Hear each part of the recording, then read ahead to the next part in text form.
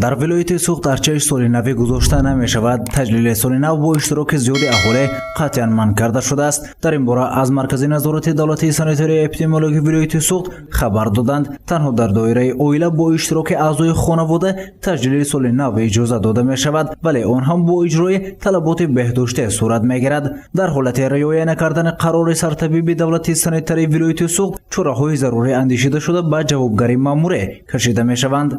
در حالت اجرا نکردن طلبات‌های قرار سرطان دولتی سانیتاری اپیدمیولوژی ولایت وابسته به شخصیتی که به جوابگیری ماموری کشیده می‌شود از وابسته به شخصی منصبدار جهت حقوقی در دایره کد حقوق ماموری جریمه تطبیق کرده می‌شود.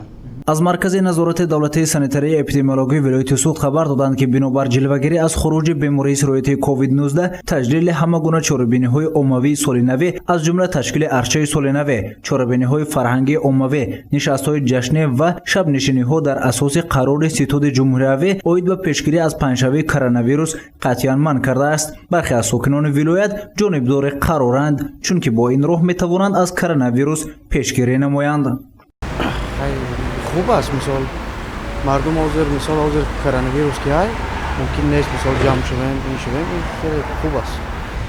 برای چی نه؟ اگر این از طرف قراری حکومت باشد باید که راضی باشیم برای آنکه برای سلامتی، برای دستگیری پیشگیری بیماری های کوید همین با همین قرار اومده باشن. خلق باید که دستگیری کنند.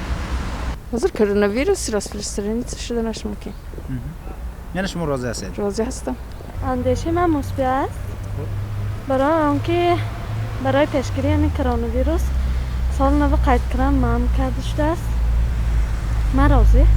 با معلومات مرکز نظارت دولتی سانیتاری اپیدمیولوژی ولایت سوخت گرفتار شوی با کرونا ویروس در ولایت پایان رفته و از معتدل ارزیابی گردید. مقصد قبول قرار مذکور این پیشگیری از موج نوبتی ویروس کووید 19 می باشد. طبق قرار آخری ستاد جمهوری سیر و گشت مردم در باغ‌های فرنگی و فراغتی، گلگشت و خیابان‌ها و دیگر جای‌های جمعیتی تنها با در نظر داشت رعایت حتمی قاعده‌های گیگینی، استفاده حتمی نقاب‌های محافظتی و فاصله اجتماعی اجازه داده می شود. قرار سرطان دولتی سانیتاری ولایت تحت رقم 114 از 26 نوامبر 2020 به تصویب رسیده و در این قرار هم در اساس قرار ستاد جمهوری آن چاره‌بینی که در بالا ذکر کردم پورا منع شد و به همه مسئولین سوحه‌ها وابسته به یعنی که منع نمودن چنین چاره‌بینی‌ها دسترس شده و در این هم کارهای پیشگیری کننده از طرف سایه سانیتاری جمهوری همه روزه رفته شده است.